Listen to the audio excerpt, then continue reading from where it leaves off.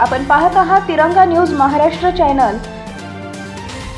Miraj ST stand ते mission hospital पर्यंतचा रस्ता नॅशनल हायवेने करण्यात घेतला होता।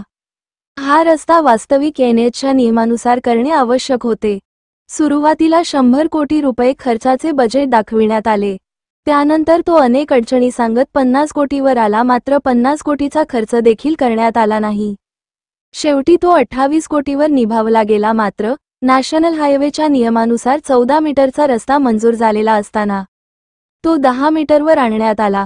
मात्र हे देखील करीत असताना पाणी निचरा होण्यासाठी गटारीची सोय, फुटपाथ, मधोमध डिव्हायडर, त्याचबरोबर स्ट्रीट लाईट अशी व्यवस्था करणे आवश्यक होते। मात्र असे कोणतेही योग्य आणि प्रामाणिक काम करण्यात आलेले नाही। याच शहराला आरोग्य पंढरी ऐतिहासिक शहर, याच शहरातून तंतुवाद्याची निर्मिती केली जाते। या शहराचा नाव जागतिक यादीमध्ये आहे। अशा ऐतिहासिक असतात ही अवस्था बदलण्यासाठी मिरजकर नागरिकांनी जागृत झाले पाहिजे। तिरंगा न्यूज महाराष्ट्रसाठी मुख्य संपादक सलीम भाई अत्तार।